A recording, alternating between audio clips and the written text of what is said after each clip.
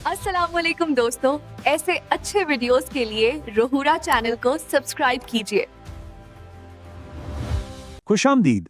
आइए आज हम मिलकर एक ऐसी दुआ के दिल में उतरते हैं जिसे करोड़ों लोग रोजाना दोहराते हैं।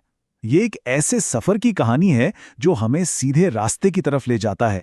तो चलिए शुरुआत एक अहम सवाल से करते हैं जो हमारे आज के मौजू की बिल्कुल रूह है।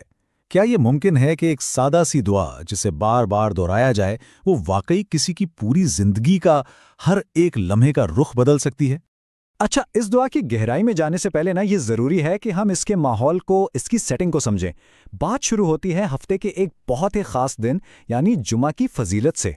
देखिए, दूसरी कौमों को यह इख्तियार दिया गया था कि वो अपना एक मुक़द्दस दिन खुद चुन लें, जैसा कि यहूदियों ने हफ्ते का दिन चुना और ईसाइयों ने इतवार का।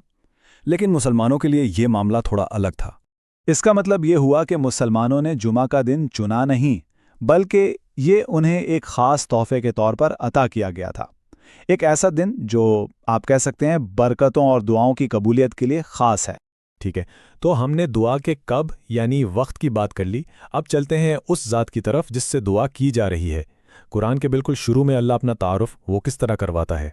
देखिए, कुरान का जो पहला बाब है ना, सूरतुल फातिहा, ये सिर्फ एक मतन नहीं है जिसे बस पढ़ लिया जाए। इसे एक बिल्कुल सीधे, एक डायरेक्ट मुकालमे के तौर पर पेश किया गया है अल्लाह के साथ। और इसकी शुरुआत होती है एक बहुत ही ज़रूरी तारुफ से।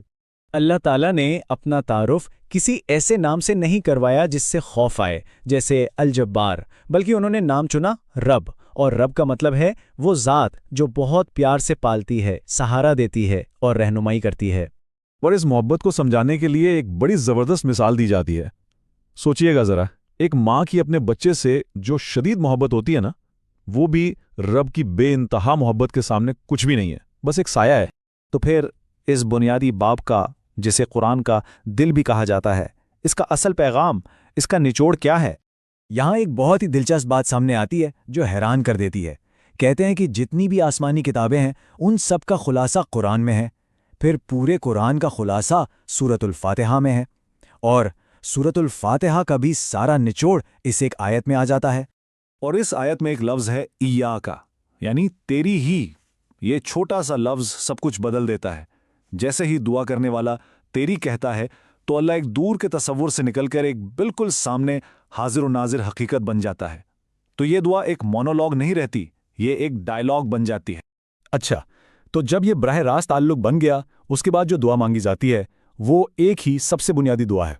इस दुआ को समझने के लिए एक लम्हे के लिए जानवरों की दुनिया को देखते हैं। उनके पास एक बिल्ट इन जीपीएस होता है, एक जिबिलत। जैसे कि चूजा पहले दिन से जानता है कि बिल्ली खतरा है, शेर कभी घास नहीं खाएगा, और चूंटी अंडे से निकलती है और सीधे अपने काम पर लग जाती है। और यही चीज़ इंसान की सूरत हाल को बहुत वाज़े कर देती है ना? जानवरों की तरह इंसानों के अंदर कोई ऐसी फितरत नहीं जो उन्हें हमेशा सही और गलत का रास्ता बताती रहे।